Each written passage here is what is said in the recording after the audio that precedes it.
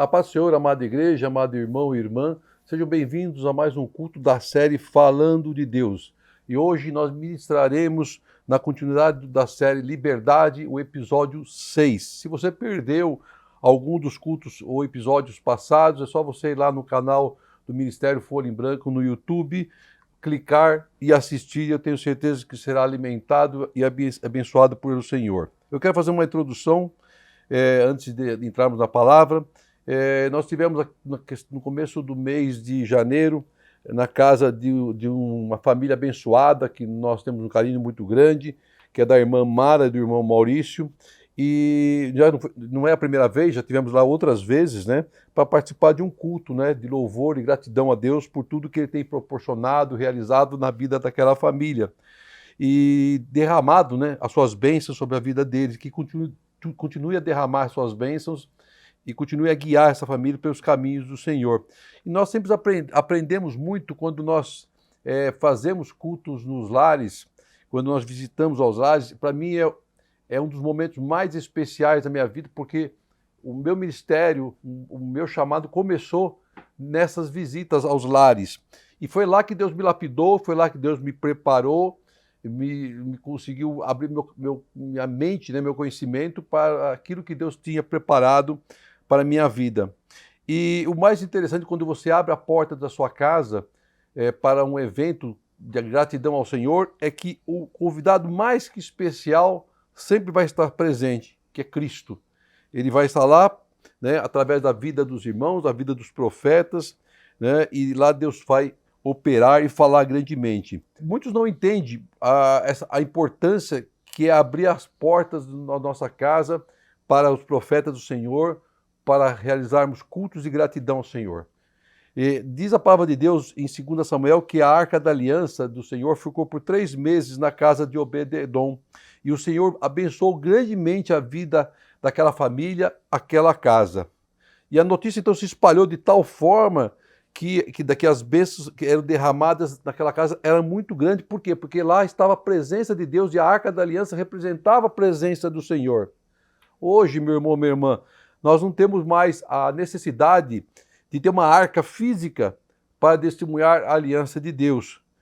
E essa arca física foi substituída pelo sacrifício de Cristo, o Cordeiro, na cruz do Calvário. Cultuar a Deus em seu lar é permitir que as bênçãos do Senhor adentrem a sua casa. É como se você estivesse trazendo para dentro do seu lar a arca da aliança, das promessas de Deus sobre a sua tenda. Reflita sobre isso. Eu tenho certeza que Deus tocará no teu coração para que você cultue a Deus grandemente no seu lar, em nome de Jesus. E dando então continuidade à série, né, de liberdade, nós estamos no 6º episódio. Eu quero convidar a igreja, se assim for possível, a abrir sua Bíblia em 1 Samuel 7, do versículo 1 ao versículo 12. Diz assim a palavra de Deus: Então os homens de Kiriat-Jearim vieram para levar a arca do Senhor. Eles a levaram para a casa de Abinadab, na colina, e consagraram seu filho Eleazar para guardar a arca do Senhor. A arca permaneceu em Kiriat-Jearim por muito tempo, foram 20 anos, e todo o povo de Israel buscava o Senhor com súplicas. E Samuel disse a toda a nação de Israel: Se vocês querem voltar-se para o Senhor de todo o coração, livre-se então dos deuses estrangeiros, dos postes sagrados, consagrem-se ao Senhor, prestem culto somente a Ele, e Ele os libertará das mãos dos filisteus. Assim os israelitas se livraram dos balaíns e dos postes sagrados, e começaram a prestar culto somente ao Senhor. E Samuel prosseguiu: Reúnam todo Israel em Mispa, e eu intercederei ao Senhor a favor de vocês. Quando eles se reuniram em Mispa, tiraram água e derramaram perante o Senhor. Naquele dia jejuaram e disseram ali: Temos pecado contra o Senhor. E foi em Mispa que Samuel liderou os israelitas como juiz. Quando os filisteus souberam que os israelitas estavam reunidos em Mispa, os governantes dos filisteus saíram para atacá-los. Quando os israelitas souberam disso, ficaram com medo dos filisteus e disseram a Samuel: Não pare de clamar por nós ao Senhor nosso Deus, para que nos salve das mãos dos filisteus. Então Samuel pegou um cordeiro, ainda não desmamado, e o ofereceu inteiro como holocausto ao Senhor. Ele clamou ao Senhor em favor de Israel, e o Senhor lhe respondeu. Enquanto Samuel oferecia o holocausto, os filisteus se aproximaram para combater Israel. Naquele dia, porém, o Senhor trovejou com um fortíssimo estrondo contra os filisteus e os colocou em pânico. Então foram derrotados por Israel. Os soldados de Israel saíram de Mispa e perseguiram os filisteus até um lugar chamado Betecar, matando-os a caminho. Então Samuel pegou uma pedra e ergueu entre Mispa e Sem, e lhe deu o nome de Ebenezer, dizendo: até aqui o Senhor nos ajudou. Amém? Até aqui o Senhor tem nos ajudado e vai continuar nos ajudando. Vamos entender o significado, primeiro, da palavra Ebenezer. Ebenezer do hebraico significa pedra de ajuda e é o nome também de uma aldeia que ficava em Efraim. Então Ebenezer foi o nome dado a uma pedra memorial erigida por Samuel para marcar o local onde Deus havia ajudado a Israel, onde Deus deu a vitória ao povo do Senhor no momento em que eles estavam se redimindo, estavam se consertando com Deus e abandonado as suas práticas pecaminosas. Mas até então, o povo estava sozinho, sem proteção de Deus, devido à desobediência e pecado. Isso acontece conosco. Quando nós nos afastamos do Senhor, quando nós pecamos, quando nós desobedecemos a voz do Senhor, não há como Deus agir em nossas vidas. E era o que estava acontecendo com o povo de Deus no relato bíblico. Então, novamente, porque nós já lemos várias vezes passagens em que o povo desobedece, em que o povo peca, em que o povo se afasta de Deus. E por isso eles acabam caindo em ruína. E quando eles estão na ruína, no medo, o que eles fazem? Buscam socorro no Senhor. Nada diferente do que acontece hoje. Acontece exatamente assim. Saímos da presença de Deus, caímos em pecado, paramos no lamaçal no fundo do poço. Quando não vemos mais saída, clamamos pelo Senhor. E é bom que Deus tem misericórdia de nós, porque se não fosse a misericórdia de Deus sobre nossas vidas, nós estaríamos mortos, nós estaríamos perdidos. E a palavra então nos relata que o povo havia se afastado de Deus. E sempre que o povo se afasta de Deus, é levado à derrota, à escravidão, à prisão. Eles perdem completamente a sua liberdade. São presos fisicamente e espiritualmente. Sempre que nos afastamos de Deus, somos levados à derrota, à escravidão e perdemos a nossa liberdade. Mas Deus, em sua infinita misericórdia, mandava o socorro. Respondia à oração dos seus servos. E naquela época eram os profetas que Deus usava para levar ao povo a sua palavra, para corrigir o povo, para instruir o povo, para levar ao povo uma palavra de arrependimento, de conserto e se afastarem do pecado. Hoje nós temos profetas, mas nós temos essa intimidade de buscar a Deus através do nome de Jesus Cristo. E para estarem na presença de Deus, eles tinham que fugir do pecado, dos manjares do rei, das ofertas do mundo. Tudo isso leva à morte, morte de alma, morte de corpo. Logo que diz lá no versículo 3, e Samuel disse a toda a nação de Israel, se vocês querem voltar-se para o Senhor de todo o coração, livrem-se então dos deuses estrangeiros, dos postes sagrados, consagrem-se ao Senhor e prestem culto somente a Ele, e Ele os libertará das mãos dos filisteus. Havia necessidade de o povo ter um conserto.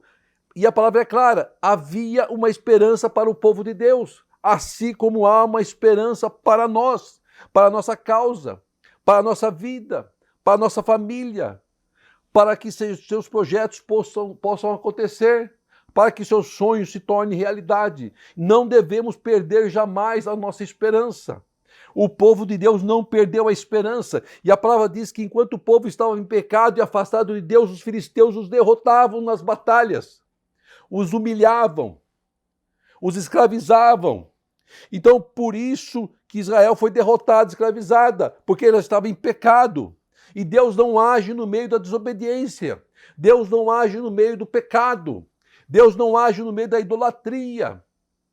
Deus só age quando nós estamos em plena comunhão com Ele. Isso está descrito no livro de 1 Samuel 4:1, que diz assim: os filisteus dispuseram suas forças em linha para enfrentar Israel, quando eles foram derrotados. Intensificando-se o combate, Israel foi derrotado pelos filisteus, que mataram cerca de 4.000 deles no campo de batalha. Olha as consequências terríveis do pecado, da desobediência a Deus, de você estar fora dos propósitos de Deus, de vocês não estar em obediência ao Senhor.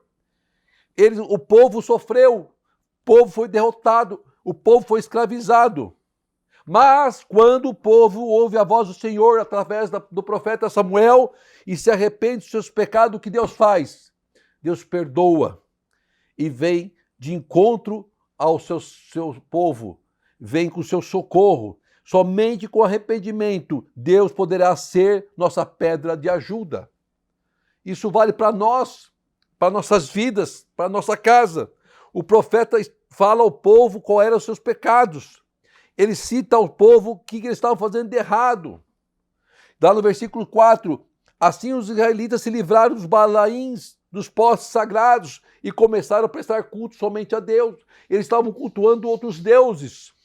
Eles estavam buscando deuses falsos, de madeira, de pedra, e deixando de buscar o Deus vivo, o Deus dos seus antepassados. Por isso que eles perderam, por isso que eles foram derrotados. E o profeta intercede por eles. Então Deus falava naquela época através dos profetas. Hoje Deus fala também através dos profetas, mas Ele fala através da sua palavra, da Bíblia, da leitura que nós estamos fazendo. Lá no versículo 5 diz que Samuel disse: reúnam todo Israel em Mispa, e eu vou interceder ao Senhor a favor de vocês. Nós temos que nos reunir em oração e buscar a Deus em clamor, em jejum e oração pela nossa causa. Porque Deus vai responder.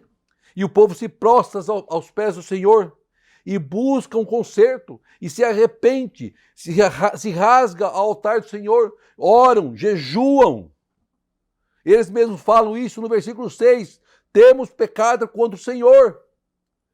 Eles confirmam que eles estavam em pecado. Então eles se voltam para Deus de coração aberto, arrependido. E o amor de Deus por seu povo era tão grande, e como continua sendo tão grande, que Ele vem com socorro. Os liberta do cativeiro. Deus apagou as transgressões. Ele curou suas feridas. E Ele deu vitória sobre os inimigos. E é assim que Deus age sobre nossas vidas. Porque Deus é o mesmo ontem, é o mesmo hoje e continuará sendo o mesmo amanhã. E no versículo 7 diz que o povo estava com medo. Por quê? Porque eles acabaram de fazer um concerto com Deus. Mas eles ainda sabiam que os filisteus viriam contra eles. E lá diz que eles ficaram com medo dos filisteus. Faltava neles ainda aquela fé que o Senhor requer de nós, da certeza que Deus vai entrar com socorro. Eles precisavam viver uma experiência de renovação com Deus. Eles precisavam viver um milagre.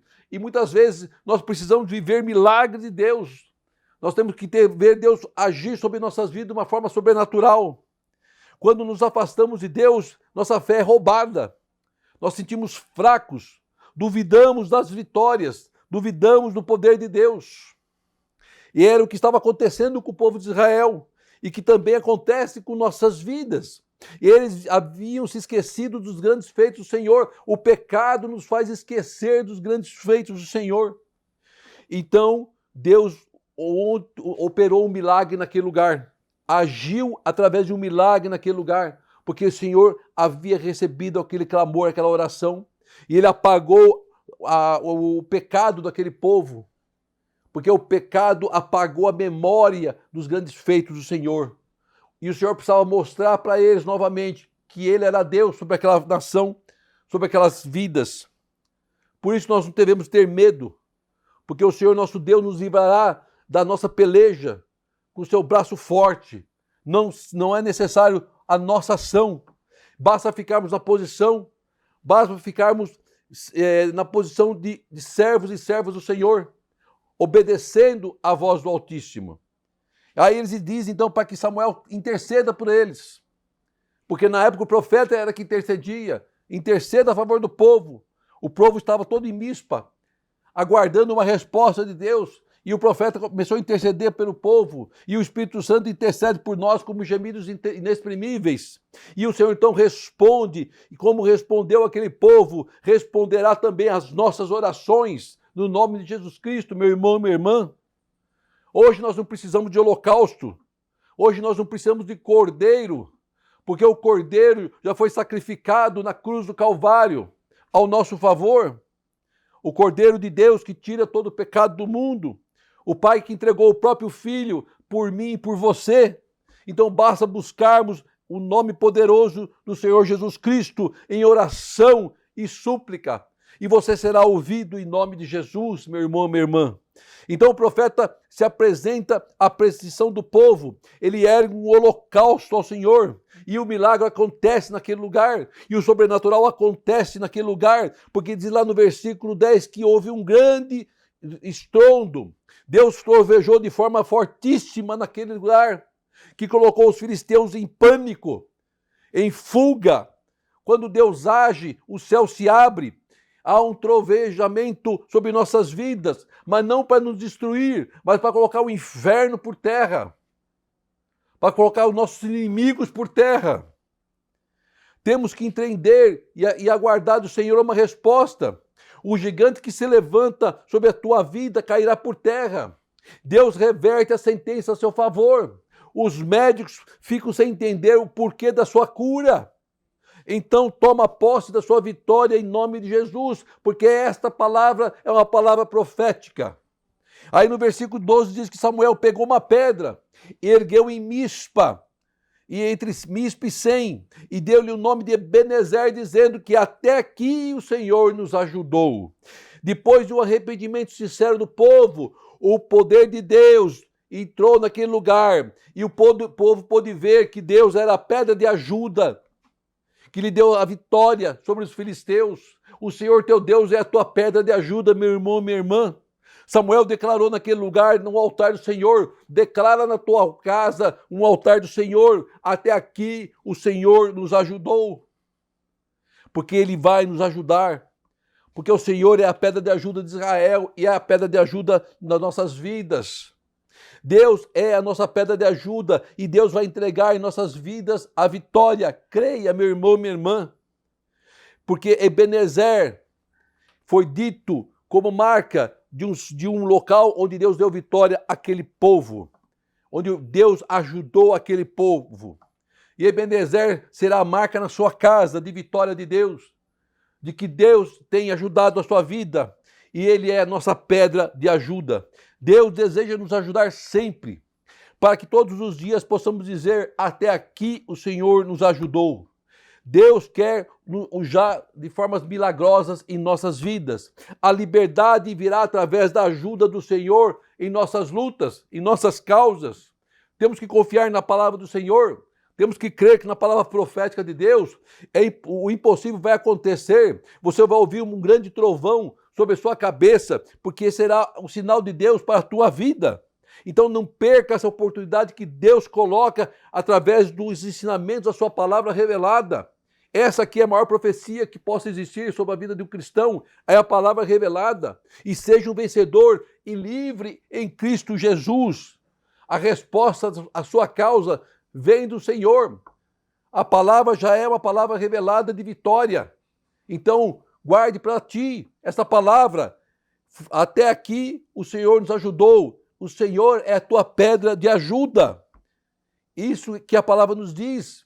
É isso que a palavra nos ensina em nome de Jesus. E viva intensamente o amor de Cristo sobre a tua casa e sobre a tua vida. Amém. Oremos ao Senhor. Querido Deus, amado Pai, te agradeço por essa palavra abençoada, Senhor, em que tu nos ensinaste, Pai amado, que através do arrependimento o Senhor age em nossas vidas. O Senhor vem como pedra de ajuda em nossas vidas, para que possamos gritar em alto bom tom, Até aqui nos ajudou o Senhor e continuará nos ajudando sempre. É o Senhor que está à frente das nossas causas, é o Senhor que está à frente das nossas lutas, das nossas enfermidades, para nos dar vitória, Senhor.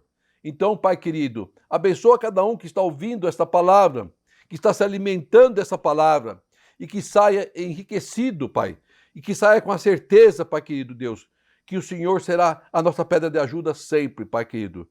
De louvo, te agradeço por cada um que está participando do culto, hoje, ou amanhã, ou quando eles ouvirem, e que eles sejam alcançados na intimidade com o Pai, em nome de Jesus. Que o grande amor de Deus, a graça de nosso Senhor e a doce consolação do Espírito Santo estejam com todos, hoje e sempre. Amém e amém. Glória seja dada a ti, Senhor.